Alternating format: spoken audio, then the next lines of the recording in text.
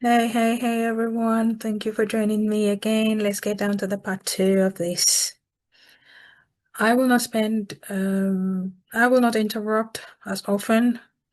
I will carry on from where we stopped the last time. So watch party two. Nigeria under Islam terrorist attack. Let's go.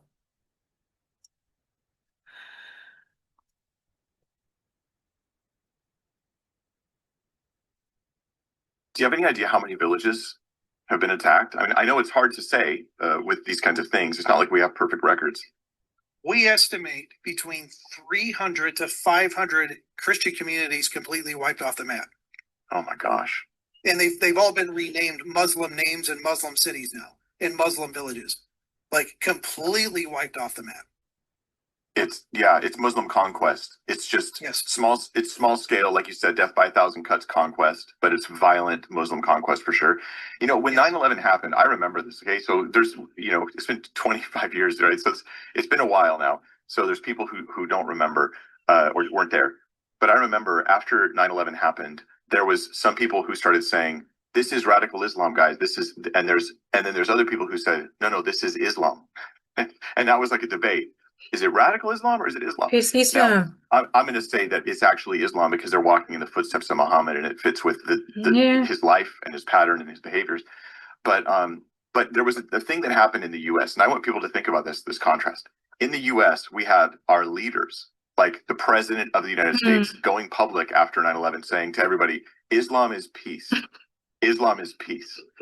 This is. I mean, we just had Islamic terrorists in the name of Islam, hoping that they'll have to drive their planes into our buildings and kill tons and tons of people, that they would go to heaven and experience 40 versions that they would have at their side, and then Muslim governments paying the families of the suicide bombers and all this kind of stuff. And our government spouting Islamic talking points. Islam is peace. At an Islamic center less than a week after the September 11 attacks, where he stood with Muslims in America. The face of terror is not the true faith of Islam. Yeah. Islam is peace. You would These know. terrorists don't represent peace. I hope you have peace in your life now. They are peace until they have the guns, and then it's war. Is the strategy, but that doesn't mean every Muslim in the country feels that way because they're in the country. It's not about the individual. It's about the belief. I'm suggesting here is that's kind of similar to what's happening because during that time, where our government's saying that in Nigeria is rising up more Islamic movements that are attacking and murdering and taking the land. They looked at that and they got inspired and they're like, yeah, we can do this. And since then, we've had the Arab Spring, we've had all kinds of stuff happen that people are just largely unaware of. So all that being said, it's such a parallel with what's going on even now, because we've even recently had some government officials trying to highlight this, be able to say, hey guys, this is Islam, it's dangerous. Others spouting terrorist talking points, probably unaware. So we're going to talk about that too. We're going to talk about the government, the cover up, the deceit, and all this stuff. So yeah. I'll hand the ball back to you, Jeff. Well, I'll go back to that point where President Bush was surrounding himself with actually members of the Muslim Brotherhood. When he came out and did that, it was a big PR stunt. I remember when that happened, and it made me sick to my stomach because you have sitting members of the Muslim Brotherhood, which is, by the way, an organization dedicated to the Islamification of the entire world. And they have strong links to terror organizations. So George Bush comes in arm in arm, says, Islam is a religion of peace. Well, let's just be honest, is that these government officials, and we still have them in our government today, they are selling America out to the oil idiots, to the business, disgusting, overlooking how Islam has conquered every nation since 640 AD. And they are selling out to the oil money. The politicians don't have our interest in mind and future generations of Americans in mind. They have their own pocketbooks in mind, and that is exactly what motivated President Bush to do that. And we still have politicians that are slaves to the Arab oil money today. Yeah, you can't talk honestly about these things in those circles. It's not allowed. It's not allowed. But but this stuff's real and it's really happening, and it really is. See, because if somebody radically follows Jesus, they're not slaughtering towns of people. If you radically follow Muhammad, like genuinely, like you go, I will do anything this guy tells me to, then you end up being a danger to the world. Islam is legitimate. It's not just another flavor of Christianity, which is what Westerners tend to think. This is how the terrorists can sleep at night.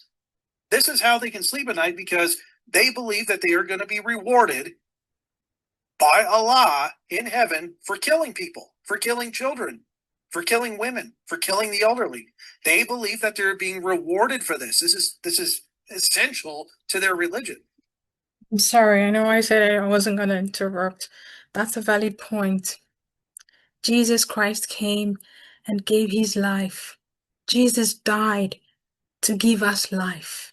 The God we serve as Christians, followers of Christ, this God we serve gave his life through Christ Jesus for us to have life. He hasn't called us to die for him. We don't need to fight to show that this God we serve has power, is the greatest. No. We're not the same, and we will never be like the Islam people. And so people are like, well, how can this happen? This doesn't make any sense. Well, their religion says that they are going to be rewarded with 72 virgins for the more people they kill. Only the men, nothing for the women. I said 40, it's just it's 72, that's right. What was I thinking? 40 is not nearly enough. Yeah, I mean, well, they did it. You know, there's rules about how you can have sex slaves in Islam. People try to say the Bible has that. No, it doesn't. You're lying about the Bible. But it's real in Islam. That's the thing. And it's crazy. Even the new atheist movement back in the day, they wouldn't talk about Islam. Like, they know Christianity is not a threat. Out of fear. Like it. But the real threat is there. And so there's silence on all sides.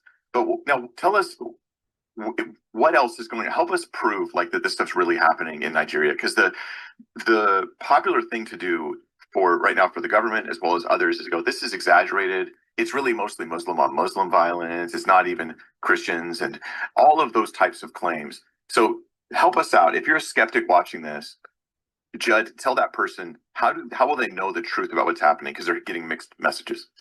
First of all, it's in the data. It's in the statistics.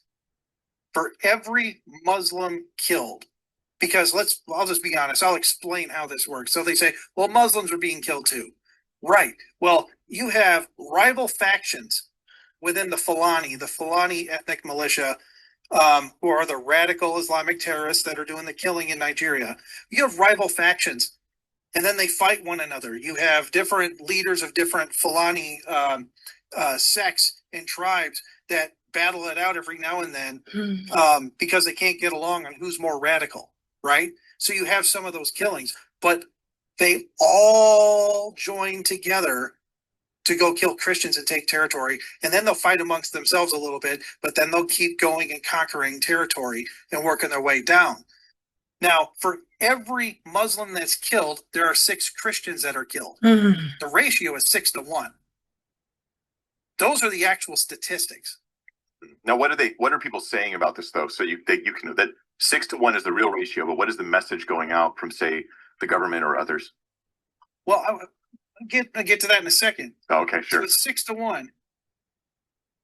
But I'll tell you what, the ratio is 4,000 to 1 for how many mosques are being destroyed versus churches. Oh, wow.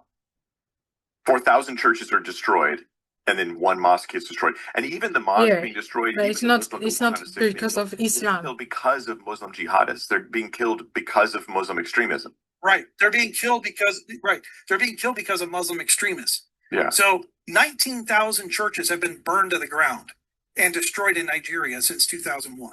Oh my gosh. 19,000 churches destroyed. Okay?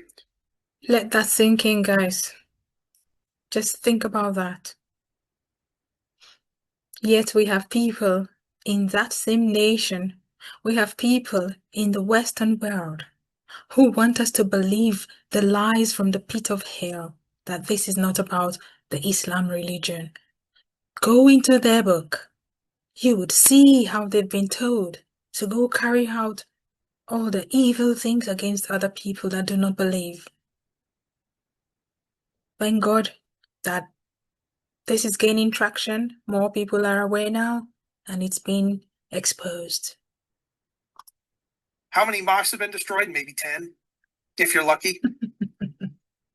Like, and that's so you can't tell me that, oh, well, it's everybody getting killed. It's just these are just bandits and criminals and terrorists.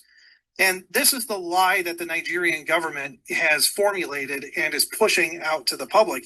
And sadly, we have to stop there for now, because I don't like long videos, even though I do watch those 1, 2, 3, 4, 5, 6 hours from various YouTube platforms. I just do not like mine to run for too long. So we will be back again. But don't forget the focus here. We are looking at Nigeria as it is being a free-for-all Islam terrorist open parade ground to take the lives of Christians, women and children. The lies that the devil helped the terrorists from Gaza to use to capture people was that of women and children. Who cares about the women and children now, whose lives have been taken every day in the nation of Nigeria? Who cares? See you again soon.